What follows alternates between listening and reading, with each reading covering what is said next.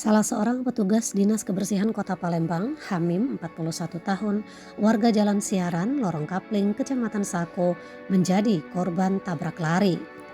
Korban ditabrak mobil yang belum diketahui identitasnya saat menjalankan tugasnya menyapu media jalan Kapten Arif AI, tepatnya di dekat Pempek Kendi, Rabu 20 April 2022 sekitar pukul 6:30.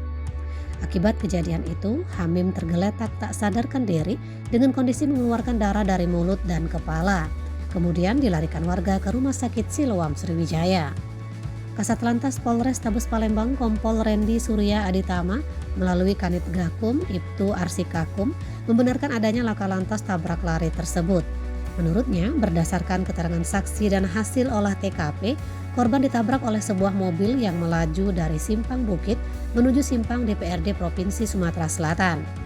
Sementara itu, Sekda Kota Palembang Ratu Dewa yang melihat video laka lantas tersebut viral di media sosial langsung mengunjungi penyapu jalan itu di Rumah Sakit Siloam pada hari yang sama.